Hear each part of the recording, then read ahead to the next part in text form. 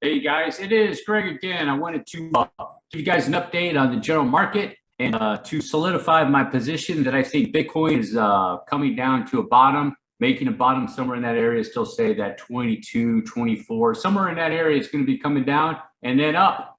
But let's take a look at this. You see what I have on my screen? This is from May 31st, 2022. Insider stock purchases are at the highest level in more than 2 years, potentially signaling a market bottom. Doesn't mean it's the case, but we're starting to see a little bit change in the news right now, aren't we? I told you guys before, pay attention, 60, 90, 120 days, something's coming up. But S&P, it could be it.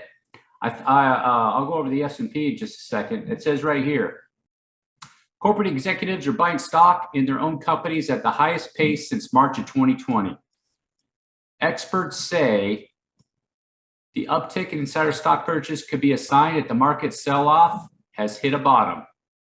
Who recently returns of CEO bought 15 million shares. So Howard Schultz, CEO of Starbucks, he bought 15 million shares of his own company back. It's a buyback. Now, let you guys know, over 40% of the buybacks are in the financial market. So the buybacks make up approximately 40% of all the market. This is huge, guys. This is important to know this, to keep an eye on this. This could really make a dent in the market.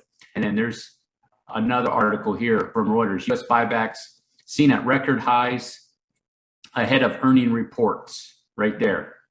And this is back in April. U.S. buybacks appear to be hitting new records as companies head into a quarterly earnings season, even as some investors worry about the growing threat of inflation, a potential recession, and stagnant share prices.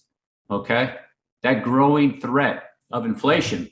Now, what I want to do is I want to go over the inflation stuff for you, because I think, in my opinion, that I think everybody's being played for a fiddle.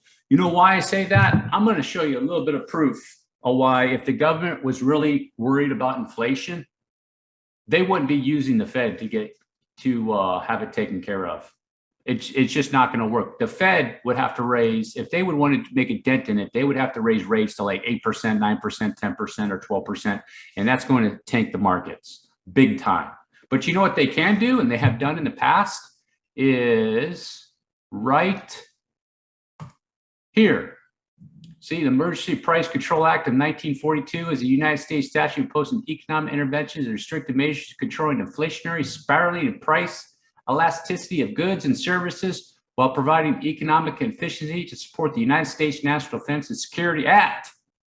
This one came out. This act of Congress established the Office of the OPA as a federal independent agency, being officially created by Franklin Delano Roosevelt, April 11, 1942. Let's go see what he said about that, okay? I thought I had another article up here about this. Maybe I don't. But Executive Order 9328, Prices and Wages Statement. You see what he did? The executive order signed today as a hold the line order. To hold the line, we cannot tolerate further increases in prices affecting the cost of living or further increases in general wage or salary rates where clearly necessary to correct standard living conditions. So you see, the inflation hadn't hit yet for this guy, but he knew it was going to become a problem, so he jumped ahead of the thing. Here's also too, I'm going to show you something. You know who else did it in the United States? Boom! Look at this. Richard Nixon in 1971, I think. Nixon issued Executive Order 11615, blah blah blah blah, imposing a 90-day freeze on wages and prices in order to counter inflation.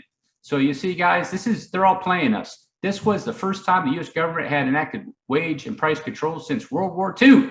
So here's my point. My point is if they were really worried about it, they could definitely take care of it. This is all smoke and mirrors as far as I'm concerned.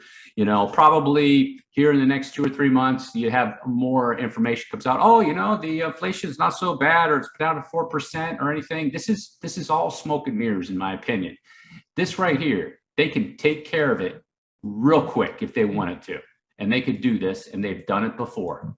Okay, so with that said, now I think I proved my case that are they really truly worried about inflation? They are. They don't want to go out of control. But if they were worried about this getting way, way out of control, we would be hearing about that. And we're not hearing anything about that. Okay. What we're hearing about is this: insider stock purchases are being about at the highest level. That's what we're hearing about. So S&P over here, as I made a video, it's going up on this 5-wave impulse. So you know what's going to happen over here, guys? You know what's going to happen with the S&P 500? See, it's already done that impulse. It's going to have a correction. It's going to correct down. All the shorts are in there. They're thinking it's all going down, down, down. It's going to correct. And then you know what? Boom. It's going to swing back up. You watch. That's going to happen. So this week it'll go down and it'll be bearish sentiment, bearish sentiment, bearish sentiment, then boom, back up. What does this have to do with Bitcoin?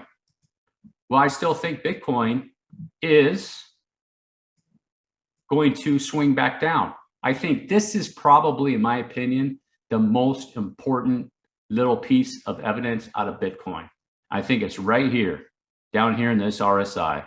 You see how that, now could it take off from here? It could. It could just start, you know, ripping right out of there. But I don't think so. I think it's going to be very similar to this one right here. You know, usually you have a cheat sheet from the past in the chart and in the RSI, because people's behaviors don't change, folks. People's behaviors don't change.